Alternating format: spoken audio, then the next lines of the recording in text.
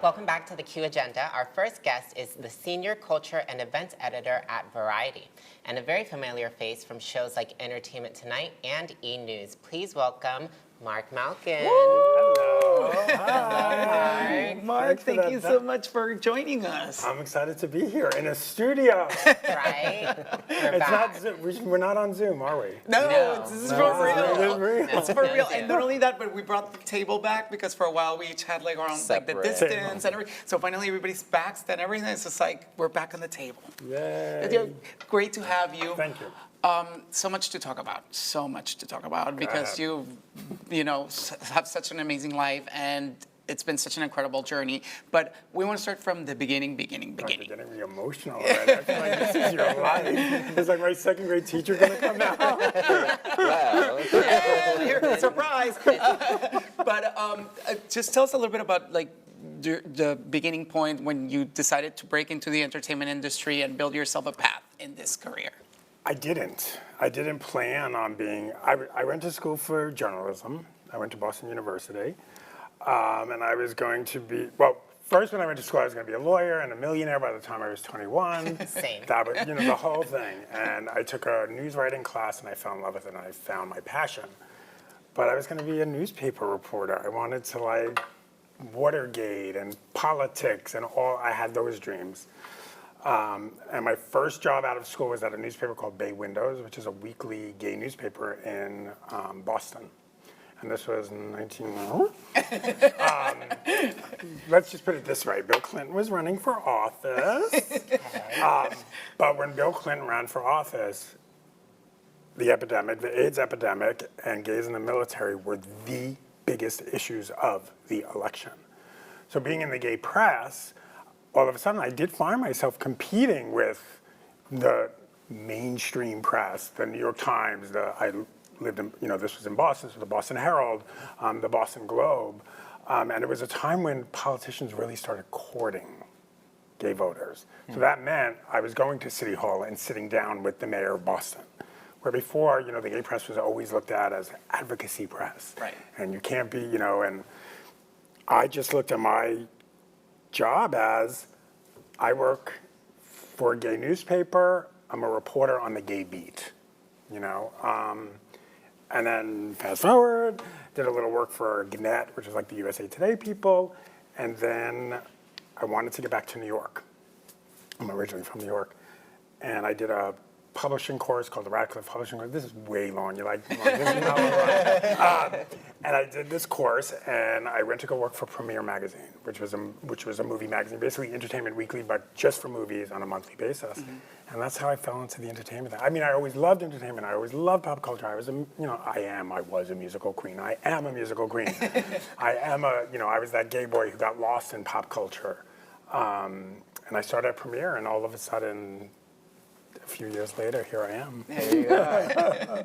Yeah, so much because E.T., E! News, you've definitely done all of those. And yeah, I started off in the print world, magazines world. So I worked for New York Magazine, Us Weekly, Daily News, a teen magazine called Twist I helped launch. And then I came out here to LA when Entertainment Tonight was launching a show called The Insider, which is no longer around. But they called me one day and said, we love what you do, breaking news. Do you want to break news for this new show called The Insider? I'm like, okay.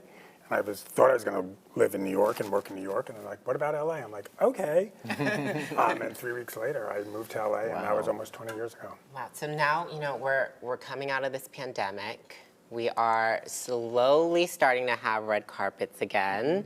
How do you feel? And also, do you think it'll go back to what we're used to in terms of red carpets and the crowds and the amount of people? The first, big red carpet that came back was Pose, of course. If you're going to have the return of the red carpet, you do it with Pose.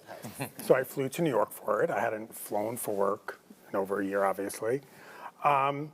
And I was excited. I was skipping on the carpet because, put me on the carpet and that's where I live. But it was a little nerve-wracking because no one knew. I had to get rapid tested right before the carpet. Wow. There were measurements that you had to, stay this many feet away from people, and it was inside. And my ring keeps clashing. Sorry. It was inside at Jazz at Lincoln Center. But once it started going, it just went. And I know the cast and the creators of Pose pretty well because the show started right when I started at Variety. So they were sort of my first event I ever went to as a person who worked at Variety was a Pose event. And I got to meet them all. So there was like an emotional thing because this Pose is ending and I was there with them since the beginning, but we're on a red carpet, no one's seen each other. Yeah. And it was wild. And to your next question about will the carpets return to the craziness that they were? I don't think so. They did get out of hand. If you're like this on a carpet, and I'm a bulldog on the carpet. Like, don't get in my way. If I gotta get my interview, I gotta get my interview. And there are people who don't like me for that probably, but Is there any part of that you'll miss, or are you happy with this?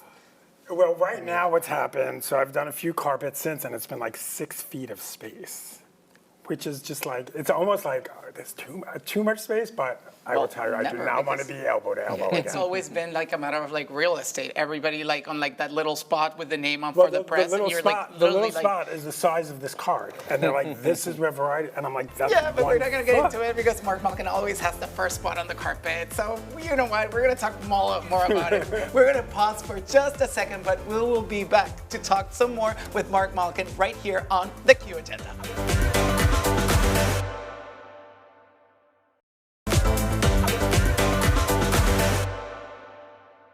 Welcome back to the Q Agenda, and we're here with Marc Malkin. How are you? Good, still good. Marc, so much to talk to you about because, first of all, you're a saint. You're married to a Latino man, so you know how all this works. I'm getting emotional again.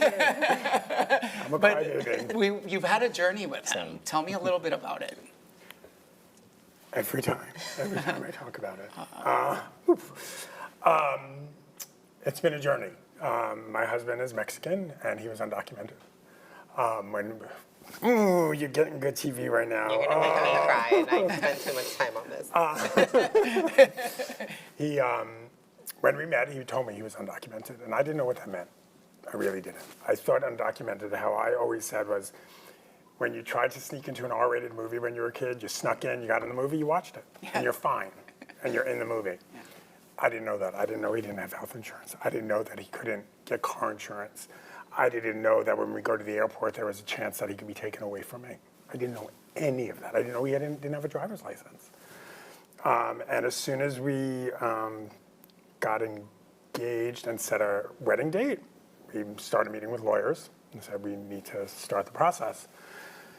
And it was a process for 5 years. Wow. There were a lot of rejections. A lot of collapsing on the kitchen floor, crying, thinking they were going to take my husband away. And then finally, it seems so long ago now, but about 3 years ago, he got his green card. Okay. And it was a Tuesday night. I'll bring it back to Hollywood for you. Yes. It was a Tuesday. We get a letter that said our case has been reopened. We had heard that before, and we have this amazing lawyer. If you ever need a great immigration lawyer to talk on the show, he's fantastic. And Tuesday, letter, reopen case. Thursday night, I go to a premiere I'm covering. It's Joaquin Phoenix, this really messed up, dark movie. I'm going to interview Joaquin Phoenix. I had never interviewed him before. I was really nervous because it's Joaquin Phoenix. We've heard stories. And he was wonderful. He was great. He was so good. And my husband is texting me, "Where are you?" And I'm like, "I'm at the premiere. I'm working." "But where?" I'm like, "Beverly and King Street? I don't know what to tell you." He said, "Call me." And I called him, and he said, He's like, "I think we just got the green card." I said, "Read the letter to me." And he reads the letter to me, and I said, "It sounds like it." I said, "Send me a picture." He sent me a picture. I said, "Oh, this is on fancy paper." Because when you get denied, it ain't fancy paper. And I said, "Let me send it to our lawyer." And I sent it to our lawyer, and our lawyer said, "You've got the green card." Amazing. And 2 weeks later, we're in Mexico. We haven't spoken about this in a while. We were in Mexico, reuniting with his family. His mom we had seen because she had a visitor's visa, but he hadn't seen his brother and sisters and our 16 nieces and nephews because you Mexicans willing to have kids. I'm allowed to say that. Yeah, my nieces and nephews. Hey, my husband's Mexican too. I have trust me. And I was nervous. Here's the white Jewish kid from New York coming home. Like, what? And there were signs that said, "We love you, Tio Mark." And they held me tight and said, "Thank you. Thank you for bringing him home." And, whoa. Do you want to take a Yeah, Do you want to take a you. minute? Sorry, Yeah. I No, did. no worries. No, It's been a while since I've told the story. And our life changed. Our life changed. We couldn't do anything before. There was a cloud over. We couldn't plan anything. And then when Trump came into office, we were scared. Our lawyer said, stop flying domestically, because we could still fly domestically. And our lawyer said, don't. I'm American. yeah. Right. This is the love of my life. Like, we're married. And we had this lawyer who just said, stick with me. I promise you it's going to happen. You had the paper. My husband, thank God, is a pack rat. So he saved everything. He had all his documentation that proved, just different things. And now he's applied for citizenship. Amazing. Amazing. And as we can see, this isn't easy for you to speak about, but it's amazing. And for people watching who are going through a similar situation or a worse situation, to see that you guys were able to make it happen. And it was, listen, it was, we were, we knew we had a tough road ahead of us. And my husband said to me at one point, if you want to leave me, you can, if you don't want to do this. And I said, I'm not sure our vows included based on immigration status. That's true. I'm like, what? And our attorney said a lot of couples do break up, that they can't handle. I'm like, that just was unfathomable to me. I was going to do anything I could to get him reunited with his family. And it's been glorious. Like, we've gone back for baptisms and Christmas. I spent Christmas and New Year's with his family, and I'm Tio Mark. Yeah. I'm Tio Mark, like, what? And I love that thank you for opening about your story and telling, because as an immigrant, I relate in more ways than you can even believe. But people, just the ones that are out there saying, like, why don't you just do it legal? Like, why don't you do it in the legal way? Like, people don't understand what the process is like, and you lived it firsthand. It's not easy. Well, what breaks my heart, and what's amazing about my husband and the heart that he has, is I would freak out. Like, oh my God, we're going to get a letter of deportation or something like that. And what was amazing is he kept calm. He said, Mark, whatever happens, my life is better now than it was. If I would have been in Mexico, I probably would have been dead by now. And then what he said, what breaks my heart is the families that don't have the resources we have. We're privileged. We were able to hire a lawyer. If we didn't, I don't know how you do that process. Just like I said, like, we get a letter that says you have the green card, and I still was like, is it sure it says that? Mm-hmm. Like, it's in legalese. So,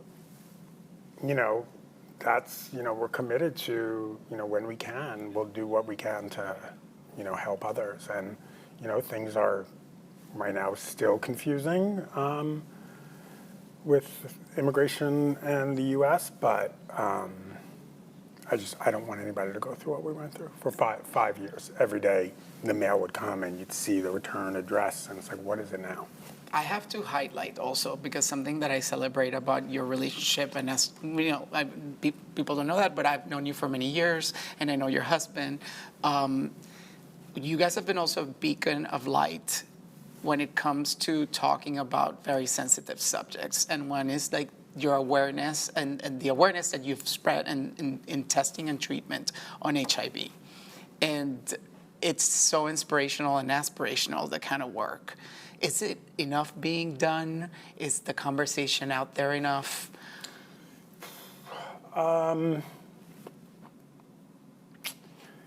You know, I hid my HIV status for a decade. I mean, good friends knew. My family didn't. I lost 2 uncles to AIDS, so I felt my family just didn't need another person at the table with HIV. But once I opened up about it and I went public with it, and the conversation is there. It's not a conversation you're hearing every day among gay men, LGBTQ men. You know, my HIV is tied to my crystal meth addiction. I'm in recovery. I've been clean and sober for almost 8 years. Wow. Congratulations, that's amazing. Thank you. And I call crystal meth our second epidemic in the LGBTQ community. That is not talked about enough because there's so much shame around it. I had so much, that's why I didn't get help for so long. There was so much shame tied to it. So I think, you know, there's 2 things going on. There's still HIV infections happening, and a lot of them are tied to substance abuse, specifically crystal meth addiction. Yeah, I think, you know, this would be a great time to say we definitely use our platform, and when you look at this episode, we will provide people with links to different services that are out there for you to look for help if you ever need it. And thank you, Marc, for saying that, because it reminds people that they're not alone, that there's a lot of people going through this. And that for me, you know, with my addiction and seeking the help that I did, it was learning that there were people just like me. You know, I joke about it. I'm like, do I look like a crystal meth addict? I don't know what that means, because I do look like a crystal meth addict because I am a crystal meth addict, but I am one. I'm not active in my addiction. And it's a matter of visibility. You know, anything that when I talk about my HIV or I talk about my recovery, it's always hashtag visibility matters. And one more question. Go ahead. So right now we're celebrating Pride. Where do you find your pride? And for our viewers that are looking at you, where do you advise them to find their pride? Oof. That's a lot. I get emotional. I find my pride in the men that came before us. All the men that are not here today because of the epidemic. I continue to do what I do in their honor. I'm out about my HIV, I'm out about my recovery because so many men weren't allowed. And I have pride with my husband. I mean, God, I'm such like a mushy mess. But I never thought I'm a man of a certain age. Don't calculate. Thank you. And I never thought I'd get married. I told my husband, we started dating. I said, by the way, if you're looking for a husband, it's not me. And it's the best decision I've made. I take that back. It's not the best decision. Oh, God, he's going to hate me for this. He hates when I did it. The best decision I ever made was getting clean and sober. Because without being clean and sober, I would never have my husband. Well, I have to say, somebody like you who's been out there in the media, in the red carpets, always proud, out man, you've paved the way for like 3 Latino people that are part of the community sitting here at this table with you today. So that's also a huge gift that with the struggle and the fight that you've put out there, you've all created those opportunities for others. It brought awareness to me, even in this conversation. Oh, good. And I just have to say, the way you speak about your husband, I need to meet this man. And where do I find someone like you? Because the amount of love that comes out of you when you speak about your relationship. It is. It's, you know, we'll be together officially 10 years, August 6th. My mother's birthday. That's really messed up.